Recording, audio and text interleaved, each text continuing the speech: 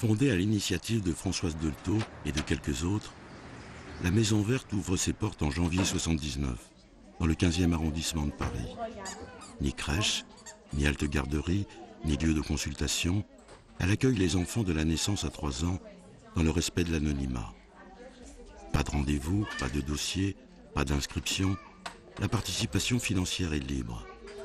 L'adulte qui accompagne l'enfant doit rester avec lui. L'équipe réunit 15 accueillants qui ont des formations et des parcours divers. La plupart sont psychanalystes.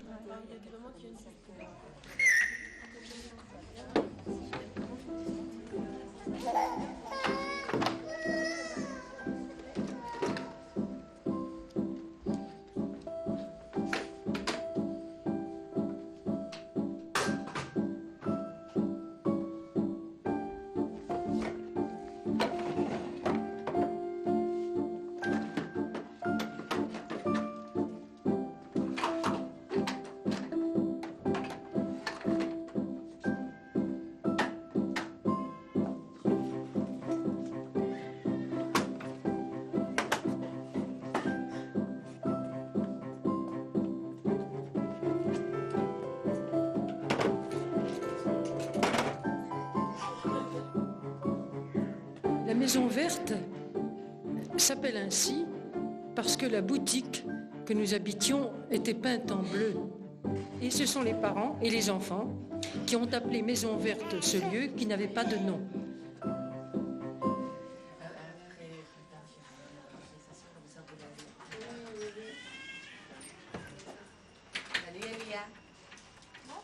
Imaginons un adulte dans une cure type, enfin avec son analyste, on met tellement longtemps à s'approprier le lieu et à saisir ce qu'on peut en faire. Les enfants, c'est tout de suite. C'est-à-dire que les outils qui sont là à disposition pour poser des questions, quand précisément ils n'ont pas encore les mots pour le poser, ils s'en saisissent d'emblée.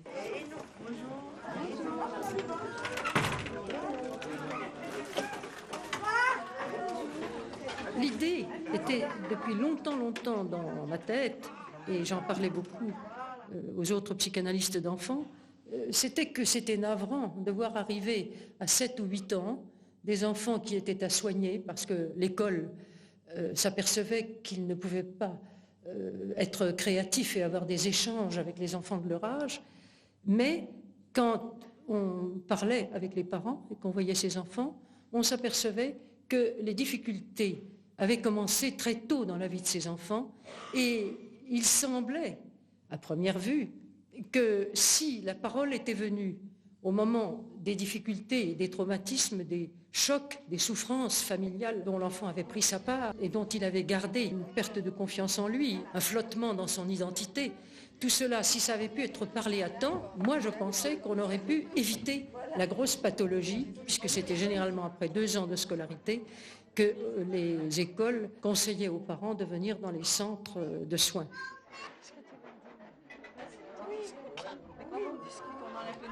Elle aime beaucoup discuter.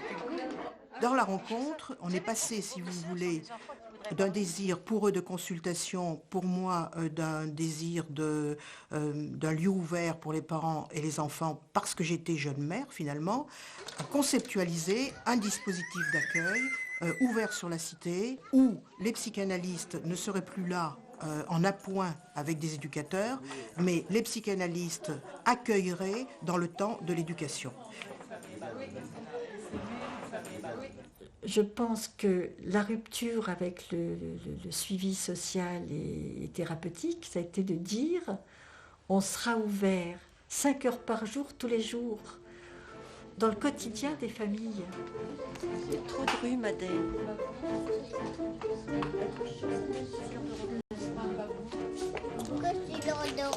Mais parce que la Maison Verte va fermer, c'est vrai. Les enfants, c'est vrai que les bébés particulièrement doivent être extra sensibles ou ultra sensibles à l'attention que dégagent leurs parents. Et c'est vrai que si après une discussion à la Maison Verte, je me souviens, j'avais des difficultés pour sevrer ma fille, parce que l'allaitement se prolongeait, j'arrivais pas à arrêter, et c'était très pénible, j'en avais vraiment marre à la fin. Et bien sûr, je trouvais ça très dur de le dire à ma fille, telle qu'elle. Mais après avoir discuté de ces difficultés avec quelqu'un ici, il y a une espèce de détente qui s'opérait en moi et qui certainement, je me souviens même que les choses se mettent en place beaucoup plus facilement derrière. Ma fille me sentait peut-être plus détendue et du coup réagissait elle-même plus positivement. Elle fait des petites régressions, Olivia. Oui. Alors, par exemple, maintenant, elle demande la tétine. Bon, Anna déteste la tétine. Non. Mais elle doit se dire c'est un truc de bébé. Alors, elle lui demande... Elle demande des choses incongrues dont on n'avait pas besoin. Exactement. On arrive parce qu'il ne dort pas, parce qu'il ne mange pas, parce que je suis trop fatiguée, parce que... Eh ben c'est très bien, venez ici vous reposer, il s'amusera, vous vous reposerez et ça ira mieux après. La phrase, ici, entre autres, c'est « vous faites ce que vous pouvez ». On m'a rassurée. Ce n'est que maintenant, ce n'est que là, ces derniers temps, que j'ai appris à ne plus culpabiliser autant. Ça aussi, c'est notre travail, de dire, parler à la mère de l'enfant, pas le laisser pleurer, il y a le pédiatre qui dit ça, la belle-mère qui dit ça. Ça prend un temps fou. L'avantage de faire 2 par 2, c'est que c'est quand même plus réduit au niveau du temps. Les parents, des fois, découvrent des choses en voyant leur enfant ici qu'ils n'imaginaient pas. Et le plus classique, c'est la maman excédée parce qu'elle passe toutes ses journées avec l'enfant enfermé dans l'appartement et qui vient justement pour se plaindre de ça. Et même, des fois, de croire que c'est pathologique, que cet enfant qui la colle toute la journée et qui n'arrête pas de demander quelque chose d'insaisissable. Et en arrivant ici, ça change, mais il n'y a pas de magie. Et c'est important que les parents puissent découvrir que si quelque chose change, que le contexte change, et l'enfant se montre autrement. J'étais toute seule avec ma fille, 24 heures sur 24, tous les jours. Je suis venue à la Maison Verte quand elle avait 9 mois. Donc pendant ces 9 premiers mois, alors que je travaillais avant, je me suis retrouvée complètement inactive.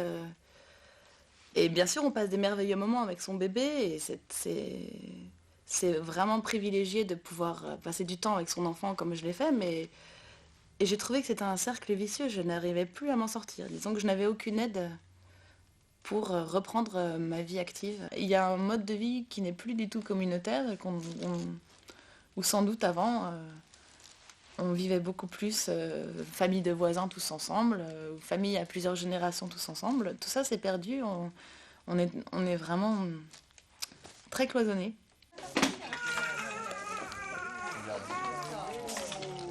On voit des femmes ou des pères qui arrivent à 35, 36 ans et voilà, ils ont un enfant parce qu'ils ont fait un bout de carrière déjà pour être sûr d'avoir de quoi vivre correctement et ils font le premier enfant à 37, 38 ans. Bon, ok, mais ils sont paniqués parce que, oui, c'est normal, ils n'ont pas vu d'enfant, ils étaient dans une autre sphère et pour eux, ils redécouvrent, ils découvrent quoi. C'est un monde étrange. J'avais beaucoup de mal à me dire que j'allais me séparer de mon enfant, que j'allais retourner travailler, le laisser à la crèche, tout ça. Et j'ai pu en parler ici, de cette appréhension de laisser son enfant à des inconnus, d'aller travailler mais en se posant plein de questions. Est-ce que ça se passe bien pour lui, tout ça.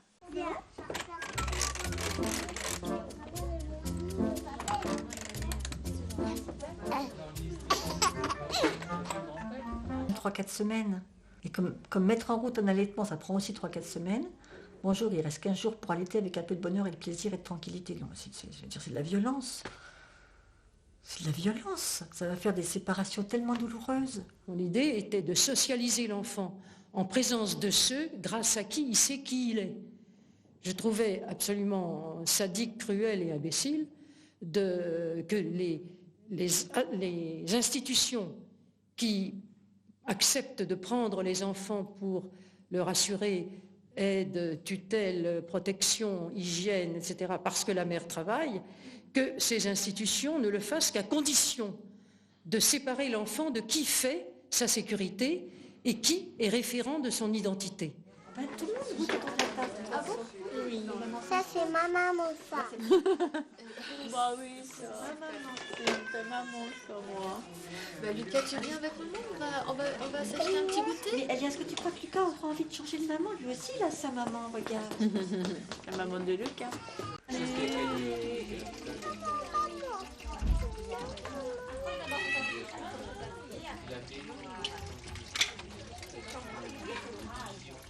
Mais oui, qu'elle en a envie, elle est suffisamment en colère pour s'en par l'inverse. Et donc, il peut expérimenter plein de choses en ayant ça en tête. T'as compris que tes parents allaient rester avec toi ici? Oui. Ton père va rester avec toi. Ta maman aussi. Elle comprendrait le contraire. Difficilement. Si elle savait que vous alliez partir, elle ne serait pas dans cet état. Voilà. Ah voilà, bon bah t'as bien raison de tenir la main de ton père. Tu peux la garder tant que tu veux pour l'instant.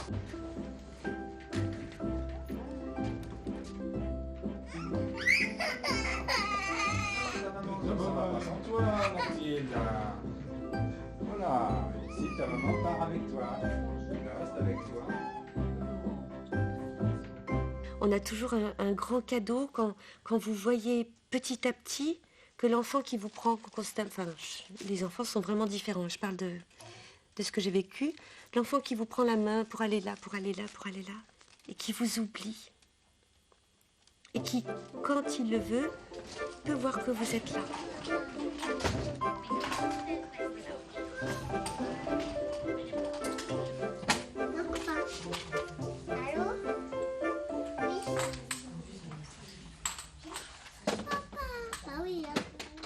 Il y a eu par exemple cette période où j'ai repris mon travail, où j'avais beaucoup d'angoisse avec la recherche d'une garde. C'est très difficile de trouver une garde d'enfant et quelqu'un en qui on ait confiance. C'était très stressant, très angoissant pour moi. Et vraiment ici, oui, je me suis sentie écoutée. J'ai pu en parler, dire que c'était une période difficile. Et j'ai pu en parler aussi avec ma fille à côté. Donc je me souviens, je ne sais plus quelle accueillante c'était, mais qui s'adressait à ma fille en disant, tu vois, Madeleine, en ce moment, c'est un peu dur pour ta maman. Et il y avait cette espèce de triangulation comme ça. Le fait d'introduire cette tierce personne entre nous deux, c'était très, très apaisant, ouais. Je ne crois pas que la parole soit magique. C'est pas parce qu'on parle de ces situations que magiquement ce problème disparaît. Simplement, on donne accès, on donne la possibilité de pouvoir avoir du chagrin ou de la colère et que ça soit reconnu. Et que donc on existe. Pourquoi papa? Bah oui, papa.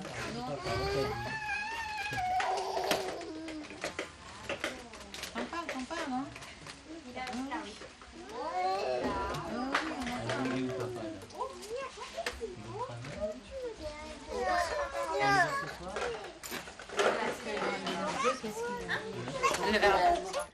À travers le jeu des enfants, le jeu, il est pluriel et un enfant vient souvent à travers ce qu'il met en scène, il vient très souvent vous amener ces questions.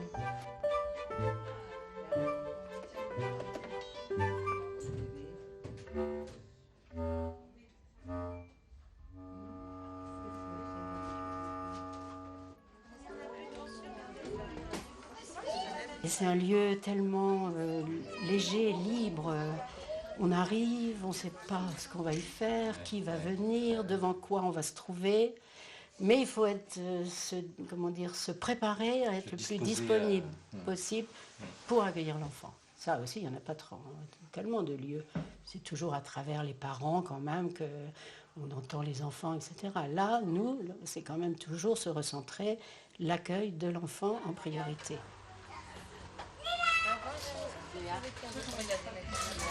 Papa, Léa, ouais, ta maman était en train de raconter quand tu étais dans son ventre, quand tu es sorti de son ventre, ça s'appelle ta naissance. Oui. Tu as été un peu cyanosée à la naissance. Alors tout ça, oui, tu te rappelles, tu as été cyanosé à la naissance, et on l'a mis dans une couveuse. Non, une nuit seulement.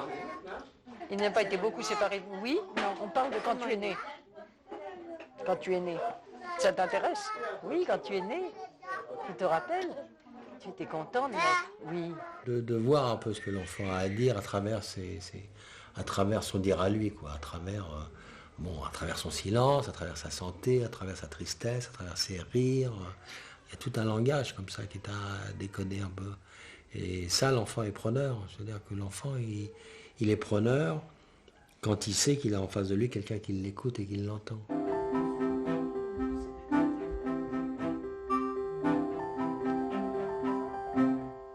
Ça nous remet dans quelque chose de notre enfance. Non mais bizarrement, ça nous reprojette quelque part en arrière.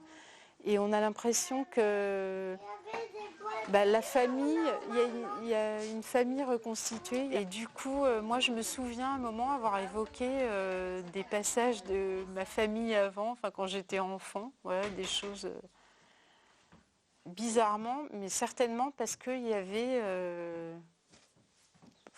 les deux, hommes et femmes. Des puéricultrices, des éducatrices, des nourrices.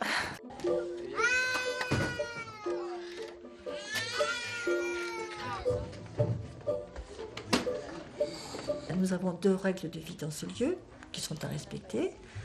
On ne passe pas la ligne rouge avec les trotteurs et on met un tablier pour jouer à l'eau. Va soulever le camion, passer par-dessus le trait rouge et débouler de l'autre côté. Les roues n'auront pas touché le trait rouge. Ah, je reviens. Je ne sais plus très bien ce que je t'ai dit, mais je t'ai peut-être dit que les roues... Non, je me suis trompée, je me suis mal exprimée. Non. Tu ne peux pas venir ici avec le camion, c'est pas possible. Et il écoute ce que je dis au prochain enfant qui passe. Ah, elle m'a pas menti. En fait, c'est pour tout le monde pareil. Il sait très bien, il connaît parfaitement le fonctionnement. En même temps, on sait bien que c'est une règle, elle est aussi faite pour être transgressée, parce qu'il a l'impression que le ciel va lui tomber sur la tête s'il franchit avec son camion cette ligne rouge. Non. J'étais ravie aussi que ma petite découvre que d'autres personnes puissent dire non. Je la voyais écarquiller les yeux. Genre... Il y a d'autres gens qui disent non, et pas seulement à elle, simplement des parents à leurs propres enfants. Et je la voyais bien tendre l'oreille. Charlie, tu mets ton tablier. C'est trop difficile de mettre le tablier. Mets le tablier. Mets le tablier. Mais touche pas de l'eau alors.